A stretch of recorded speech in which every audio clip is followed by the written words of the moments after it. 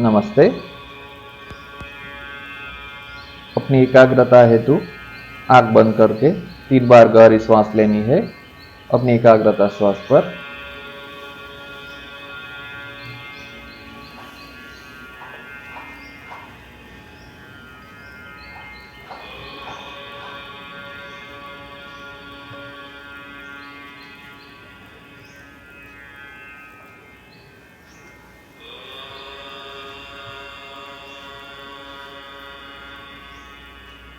आँख खोल देना।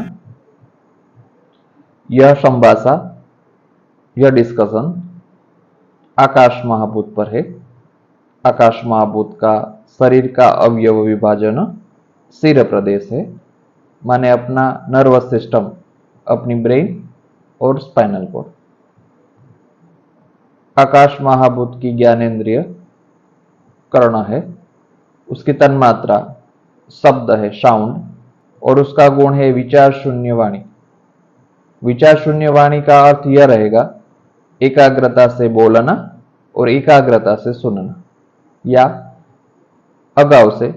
बिन जरूरी अनुमान घटना का न करना। एकाग्रता से बोलना और सुनने, यह गुण विचार शून्य वाणी कहलाता है। उदाहरण के रूप में देखें तो परिस्थिति हम एज्यूम करते हैं, कल्पना करते हैं। जैसे एक स्कूल है,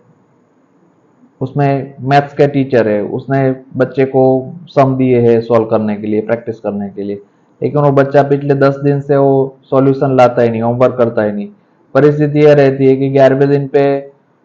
टीचर उसको डांट पाड़ता है कि तुम्हें पढ़ाई करनी है, तुम्हें पढ़ना है, शांति से तुम होमवर्क करके आओ, ऐसे नहीं चलता। और नेगेटिवली कंप्लेन जोन से स्टूडेंट से बात करते हैं। यदि पॉजिटिवली रियलाइज कर लिया स्टूडेंट ने और शांति से उनको जवाब दे दिया कि टीचर मैं आज से ही प्रॉपर वे से होमवर्क कर दूंगा, और करता है, तो वो घटना वहां पे शांत हो गई। लेकिन परिस्थिति यह रहेगी कि यदि बच्चे ने अपने मन से सोच लिया अंदर ही अंदर कि आज मुझे लेसन नहीं करना है, मुझे पढ़ना ही नहीं है, मैं तो घर पे जाऊंगा और शाम को नाश्ता करूंगा, क्रिकेट खेलने चला जाऊंगा, रात को आऊंगा और खाना खा के सो जाऊंगा, कल आते हैं देखते हैं स्कूल पे आना है कि नहीं आना है। लेकिन परिस्थिति यह रहेगी जो भी नेगेटिव इम्पल्स टीचर से ब्रेन के साथ कनेक्टेड होके स्टूडेंट पे ब्रेन में कन्वर्ट होते हैं, यदि बच्चा एकाग्रता से नहीं सुनता है तो परिस्थिति यह रहेगी कि वो बच्चा घर पे जाता है और वहां पे उनकी घर के अन्य सदस्य से जो भी व्यवहार होता है, जैसे उसने घर पे पहुंचते ही उसका बैग का थ्रो किया, तो घर के सदस्य या तो उसकी माताजी ने उसको डांट लगाई कि बेटा ऐसे नहीं रखते। यदि उन्हें शांति से वो घटना को सॉल्व कर लिया, एकाग्रता से उस परिस्थिति को शांत कर दी, तो चिंता का विषय नहीं है। टीचर का और स्टूडेंट का दोनों का नेगेटिव इम्पल्स शांत हो जाएगा। लेकिन परिस्थिति यह रहेगी कि यदि माताजी ने बच्चे को डांट लगा दी कि तुम ऐसे ही करते हो, तुम्हें ये करना ही नहीं है, तुम्हें कुछ सीख ग्रहण करने की कोशिश ही नहीं करते हो, तुम ऐसे ही हो, तुम ऐसे ही करना है, तुम्हें करना क्या है मुझे बता दो, नेगेटिवली बोलना स्टार्ट कर दिया, तो परिस्थिति यह रहेगी कि टीचर का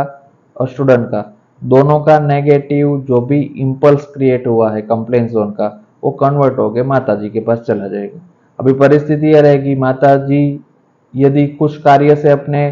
कोई शॉप से जाती है, जैसे वो शाकभाजी की दुकान है, तो वो चौथे व्यक्ति के साथ कनेक्ट होगी और वहां पे यदि वो बंदा प्रेस करता है तुरई का और प्रीवियस मेमोरीज ऐसी है कि वो तुरई कड़वी निकली थी, तो माताजी वो घटना को शांति से ले सकती है कि नहीं मुझे कड़वी तुरई है आई थी और मुझे लेनी नहीं है, ऐसा सोच के उसको डायरेक्टली मना कर सकती है। लेकिन उसने वो बंदे को डांटना स्टार्ट कर देगी कि तुम अच्छी तुरई देते ही नहीं हो, कहते हो पहले कि अच्छा है लेकिन बाद में अच्छा निकलता नहीं है। और यदि वो चौथे व्यक्ति ने शांति से उसको जवाब दे दिया कि ठीक है आप मत लो, आप दूसरे शाकभाजी अच्छा लगे वो लो, तो चिंता का विषय नहीं हो, वो तीनों का नेगेटिव रिस्पॉन्स वहां पे समझाएगा। लेकिन परिस्थिति यह रहती है कि वो चौथा व्यक्ति भी इंटरनल नेगेटिव इम्पल्स में आ गया कि आपको सस्ता लेना है और अच्छा भी लेना है, तो कैसे आपको मिलेगा। और वो नेगेटिव इम्पल्स की परिस्थिति यह रहेगी कि टीचर का, स्टूडेंट का और माताजी का तीनों का नेगेटिव इम्पल्स, नेगेटिव जो वेव्स थे ब्रेन के कंप्लेन जोन के, वो चौथे व्यक्ति के पास कन्वर्ट हो जाएगी। अभी चौथा व्यक्ति पांचवें व्यक्ति के साथ कनेक्ट होगा, जैसे किसी व्यक्ति के पास वो फिर से रजुआत करेगा कि एक लेडी आई थी, उसने ऐसा मेरे साथ बर्ताव किया, लेकिन उसकी ये गलती थी। यदि पांचवें व्यक्ति ने शांति से सुन लिया तो चिंता का विषय नहीं है। उसके साथ पांचवें व्यक्ति के साथ बनी हुई कोई नेगेटिव घटना भी उसने याद करना शुरू किया और उसके रिएक्शन देने शुरू हो गए कि आज के व्यक्ति ऐसे ही होते हैं, अच्छा चाहिए लेकिन सस्ता भी चाहिए, तो कैसे मिल पाएगा, ऐसी सिचुएशन में क्या करे। और वो मेमोरीज फिर वो 6 पर्सन के साथ 7 पर्सन के पास वो एकाग्रता जब तक किसी व्यक्ति की नहीं आती तब तक वो नेगेटिव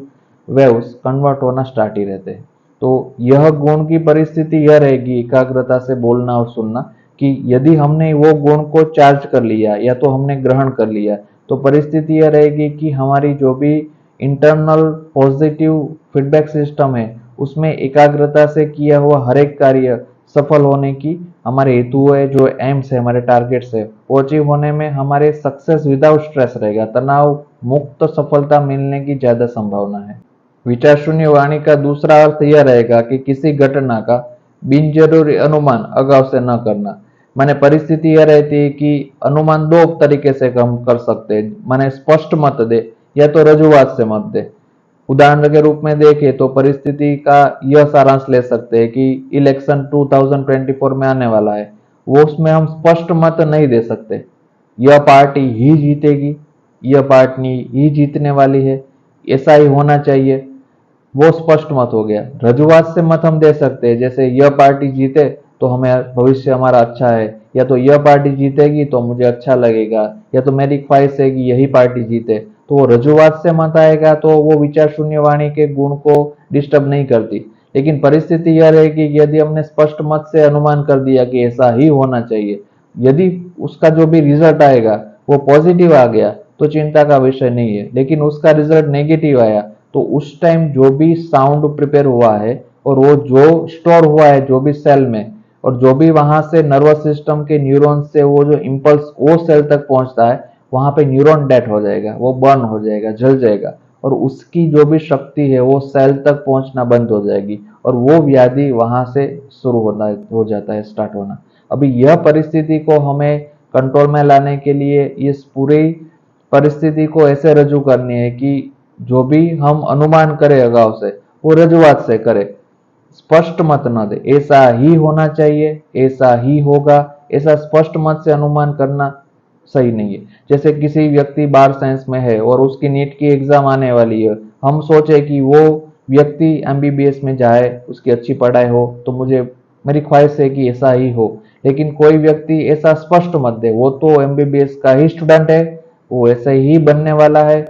यदि पॉजिटिव रिजल्ट आ गया तो चिंता का विषय नहीं है, लेकिन यदि नेगेटिव रिजल्ट आया उसमें, वो बंदे को मार्क कम आएंगे और एमबीबीएस में नहीं मिला, तो परिस्थिति यह रहेगी कि उस टाइम बोले हुए जो भी परिस्थिति के संवाद है उसके जो भी ब्रेन के न्यूरॉन्स है उसको डेथ करेंगे, और वहां से जो भी इम्पल्स पॉजिटिव निकलता था वो नर्वस सिस्टम की कुछ व्याधि आके खड़ी हो जाएगी।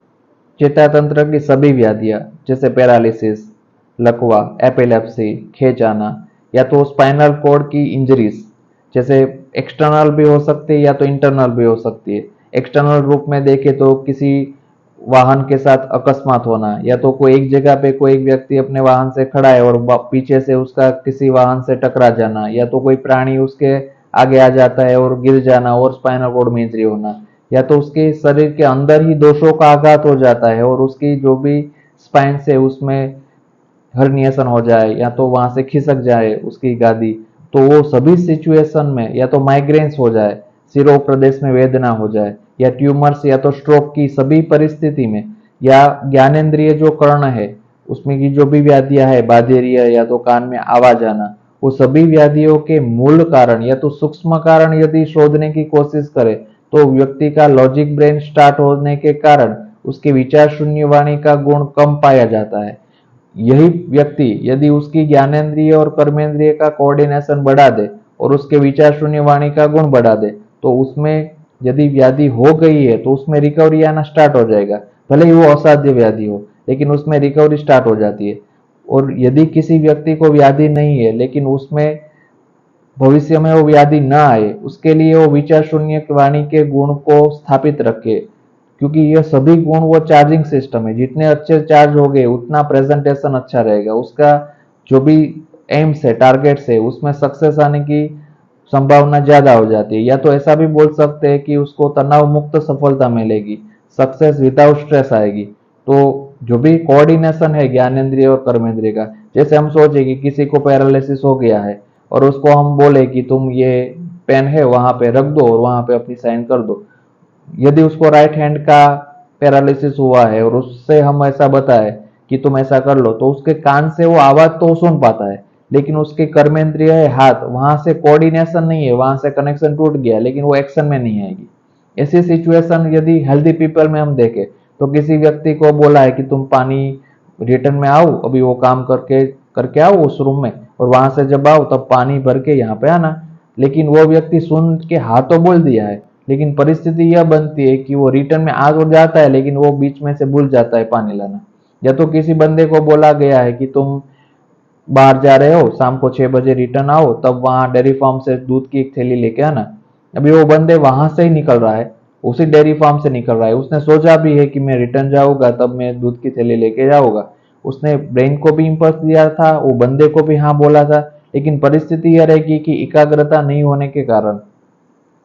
विचार शून्य वाणी का गुण कम होने के कारण उसकी ज्ञानेंद्रिय और कर्मेंद्रिय का कोऑर्डिनेशन नहीं रहा। इसके कारण परिस्थिति यह रहेगी कि वो घटना का क्रम बनेगा नहीं, वो काम वो भूल जाएगा, और फिर वो जो स्ट्रेस होगा, जो भी तनाव होगा, फिर वो उसकी व्याधि क्रिएट कर सकती है। जैसे घर का सदस्य फिर उसको दूध के लिए या तो पानी के लिए डांटेगा, तो उसको फिर हेडेक होगा, उसको नेगेटिव इंपल्स आएगा, फिर वो काम करेगा उसमें कॉन्सेंट्रेशन नहीं आएगा, वो याद रखने में कम आएगा, वो सभी व्याधि का स्टार्ट होने की संभावना है। प्रिवेंशन के रूप में देखें, व्याधि आई नहीं है और भविष्य में हमें अपना ओवरऑल हेल्थ अच्छा रखना है, उस हेतु से देखें तो विचार शून्य वाणी के गुण से, माने एकाग्रता से बोलने और सुनने से, या तो किसी घटना का रजुआत से मत देना, स्पष्ट मत दे देना, माने अगाउ से बिनजरूरी अनुमान नहीं कर लेने से अपने जो भी कर्ण और शरीर प्रदेश में है उसमें जो भी इलेक्ट्रिसिटी रहती है, जो भी एनर्जी फ्लो रहता है, वो सही रूप से कार्यरत रहेगा, वो हेल्दी रहेगा। जिसको व्याधि हो चुकी है वो अपनी आयुर्वेद या तो एलोपैथ की जो भी मेडिसिन है, या तो ट्रीटमेंट की जो भी ऑपरेशन है, या तो पंचकर्म की आयुर्वेद की प्रोसीजर है, उस सभी को करवाते हुए विचार शून्य का वाणी का गुण जो यदि स्थापित कर ले, उसको यदि फॉलो कर ले, तो रिकवरी आना स्टार्ट हो जाएगा। यदि वो व्याधि असाध्य है तो भी उसमें सुधार आने की पूरी संभावना है। आप सभी को यह विनती है कि आप सभी विचार शून्य वाणी के गुण को स्थापित करने की कोशिश करें। उसके लिए एक प्रैक्टिकल एप्लीकेशन हो सकता है कि यदि स्वस्थ व्यक्ति है या तो व्याधित है, उसको सुबह 6 से 10 के बीच में कान से उसको जो भी सही लग रहा है, माने कोई संगीत है या तो किसी आदर्श व्यक्ति का जिसने तप किया है, वो व्यक्ति का प्रवचन यदि सुन ले, तो परिस्थिति यह रहती है कि उसकी कान का एकाग्रता का गुण बढ़ जाता है और उसको पूर्ण रूप से वो गुण स्थापित हो जाता है। माने विचार शून्य वाणी का गुण स्थापित होने से उसकी जो भी एकाग्रता प्रॉपर होने से उसका कान और उसका सिर प्रदेश माने ब्रेन, उसका प्रॉपर फंक्शन होने से उसकी जो भी घटना है वो प्रॉपर रूप से आगे बढ़ेगी। आप में और आप सभी के परिवार के सदस्यों में विचार शून्य वाणी का गुण स्थापित रहे, इसी ईश्वर के प्रति प्रार्थना भाव के साथ आप सभी को मेरा प्रणाम।